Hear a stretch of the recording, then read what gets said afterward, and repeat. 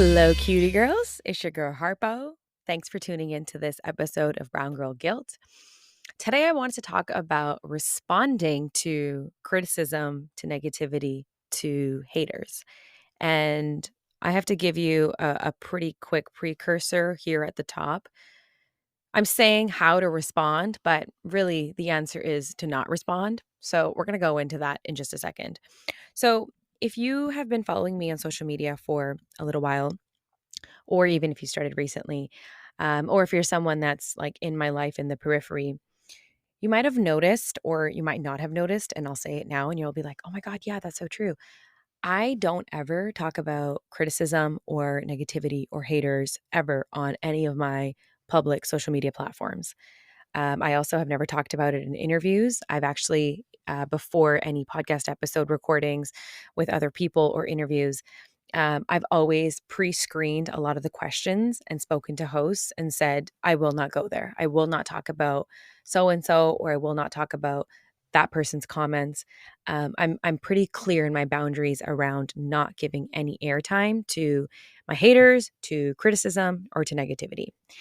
And the reason that I've set my life up in this way is because A, for starters, a lot of people in my life refer to me as the sunshine in their lives and tell me that I am the real life embodiment of the sunflower in their life. And I know that that's only true because every single day I wake up and I choose that. I choose to be positive. I choose to be a ray of sunshine. I choose to be bright and happy. And I've chosen for that to be the way in which I communicate and I'm received in the world, right? That's a conscious decision that I've made. And so, talking about haters, talking about criticism, talking about negativity is actually very in it's the opposite of that, right? It's not actually in line with being that ray of sunshine. And so, I mean, sometimes I would previously like screenshot some of the funnier comments around negativity and share them on my stories, talk about them on Twitter. And then I realized, nah, I don't want to do that. I don't want to give any airtime to any of this because whatever we give oxygen to in our lives is what actually ends up growing, right? Whatever you're going to water is what's going to grow. And so I'm a firm believer in the fact that whatever you give your attention to, whatever you give your power to and your focus to is what actually ends up growing in your life. And so this episode isn't necessarily about the actual haters. It's not about the actual criticism. It's about how I've been able to really navigate that at this like higher level as like a public figure, as a leader in the community, in hopes that we can actually embody some of these teachings in our everyday lives. Because none of us are immune to this. None of us are immune to negativity, criticism, critical feedback. And honestly, we all have haters. I never met a single person in my life who didn't have a hater in any shape or form. So here's what I do.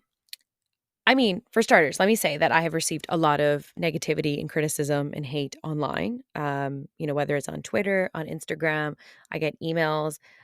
People will DM me unsolicited feedback all the time. It happens all the time in both like the professional capacity, and it also happens a lot just like through my personal brand.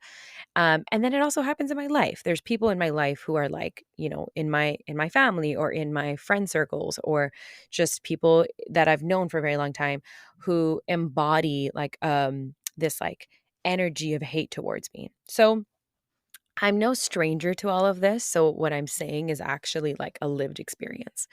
So what I've been able to do consciously is decide that I am not going to give any air, any oxygen, any fuel to any of these haters.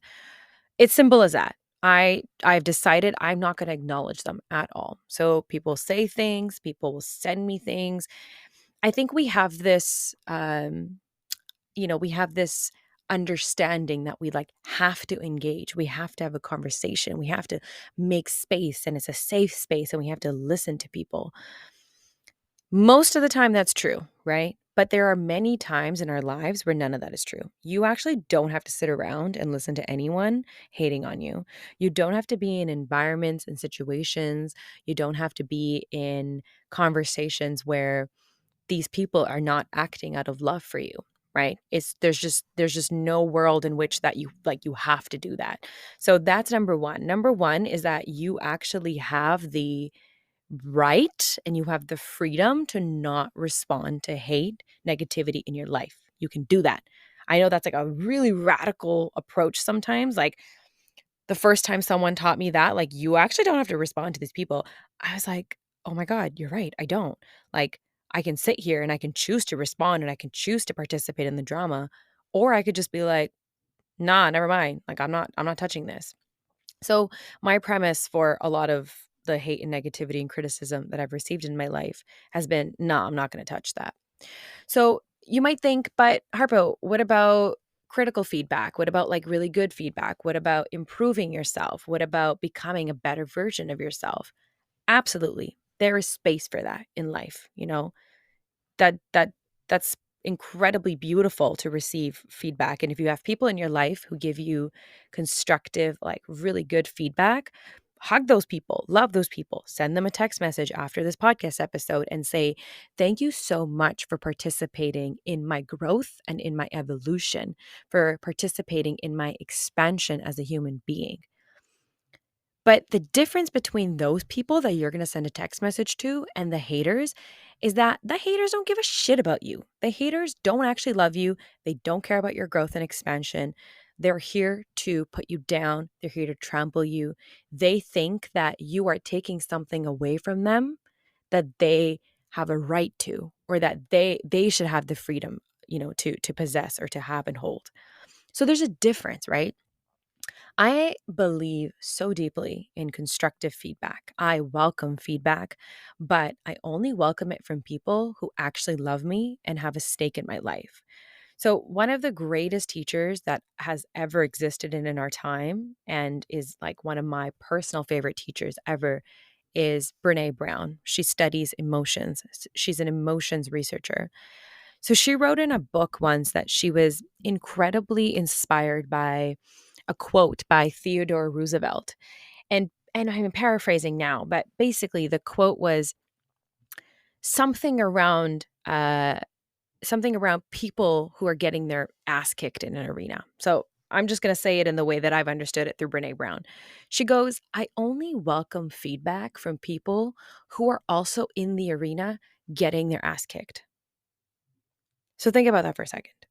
I only welcome feedback from people who are also in the arena getting their ass kicked. So, whatever your arena is, whatever your definition of getting your ass kicked is, that's up to you, right? That's personal. But I only welcome feedback from people who are in my arena, who are getting their ass kicked in my arena. Now, what is my arena, you ask? My arena is a committed, consistent practice of self-love. That's my arena. And getting your ass kicked for me means doing the really, really tough work of looking in the mirror and being like, that's where I'm wrong. That's where I can improve. Oh, I did that thing and I shouldn't have done that.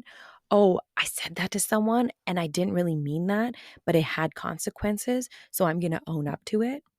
It also means being incredibly open to the possibility that as a human being, you could have caused harm, you could have caused pain, and then circling back from all of it and being like, oh, but I did that when I didn't know better. I love myself. I'm going to get better, and I'm going to commit to being a better version of myself. That's my arena. And that's my definition of getting your ass kicked.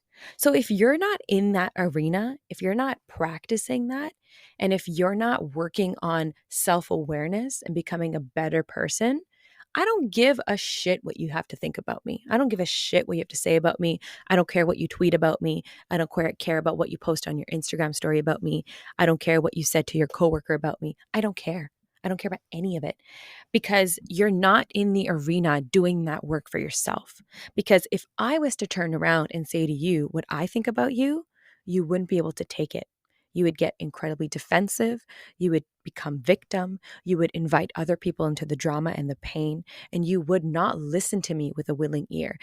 Like, think about it. There's a lot of haters in your life that if you tried to have a conversation with them, they would consistently interrupt you. They would cut you off.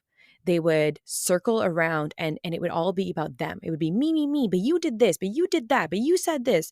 It wouldn't be like, oh, yes, I did do that. Or yes, you're right about that. Oh, thank you for bringing that to my attention. None of your haters would ever do that. But there are people in your life who love you, who care about you, who want to see you do better. And if you were to have a conversation with them and be like, hey, man, or hey, girl, or whatever, you did this thing last week and I didn't really like it, you know, the likelihood is that their response is going to be different than the haters. It's going to be like, oh, I'm sorry. I know I shouldn't have done that. Thank you for saying that. I promise I'll be better. Right. So I only invite feedback from people who are in the arena also getting their ass kicked. So the people that are in the peanut gallery who are like way up there and have no stake and say in what you're doing and also have like no consistent practice of self-awareness are not people that you need to indulge. And that's a fact. I know, like, like in this like world where safe space is really important, and you know, we got to be open to everyone's feelings, and everyone's feelings are important. 100%. Everybody else's feelings are important. And that includes yours. Like, your feelings are also important. You are also part of everybody.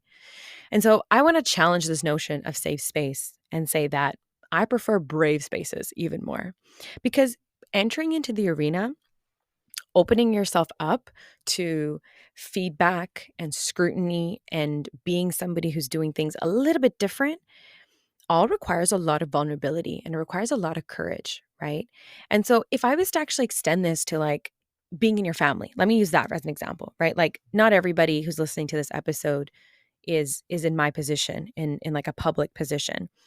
There are, even in your day-to-day life, right? There are people, there's like, for example, like some of us have like judges and judge who are like always talking shit about us, but then their kids are doing God knows what, right? That exists in our community, exists in our world. Or there's people that we work with or people that we are friends with who have, all these ideas and thoughts about who we are as people, but, have no awareness around what the hell they're posting or what the hell they're doing in their lives, right? And actually are probably also just as insecure and, feeling disconnected with what they're doing as we are. So we all have people in our lives who like to say things about us before they've done any work on themselves or their circumstances. We all have that. So the point of what I'm saying is that you do not have to listen to all of them. And I urge you to start creating, like, what's the word that I'm looking for? Like a standard around who you're going to engage with, whose feedback you're going to engage with, like whose feedback you're actually going to take and you're going to implement. I would urge you to start creating that standard and those boundaries. There are many people in my life who I've been very close with and I'm close with right now, and there's a lot of people that I respect and admire and I've revered, who I do not take feedback from. Straight up, I don't care, because I don't think that they have the right intentions for me. I don't think that they have the my best interest at heart, right? They're just giving the feedback for the sake of giving the feedback, or they're being haters just for the sake of being haters. So my approach has always been to not engage and not indulge, and to give no oxygen, zero oxygen to my haters. And there have been many, many people in my life who've given me immense feedback, like lots of feedback. I am who I am because there have been so many wonderful, beautiful people in my life who have been like, Harpo, you do that thing and it's really freaking annoying, or you do that thing and it's not cool. And I am so grateful for those people, because if I didn't have those people in my life, I would have blind spots. But imagine I started listening to everybody. Imagine I started taking everybody's feedback, and especially the feedback of the haters. You know what would happen? I would have no concept of who I am. It would just be all noise in my body, in my mind, in my heart, in my soul. It would just be all noise. And so we have to get really good at blocking out the noise. We have to get really, really good at blocking out the haters. And the only way that you can do that is by putting yourself in the driver's seat. You get to decide whose feedback you're going to listen to. You get to decide how much space you give to the haters, and you get to decide how much of an impact haters have in your life. Whatever they're saying, whatever they're doing, you can either make it mean something about you, right? You can make it mean something about you, or you can let it roll over your back and you can say, nah, I'm not listening to that. I'm not about that.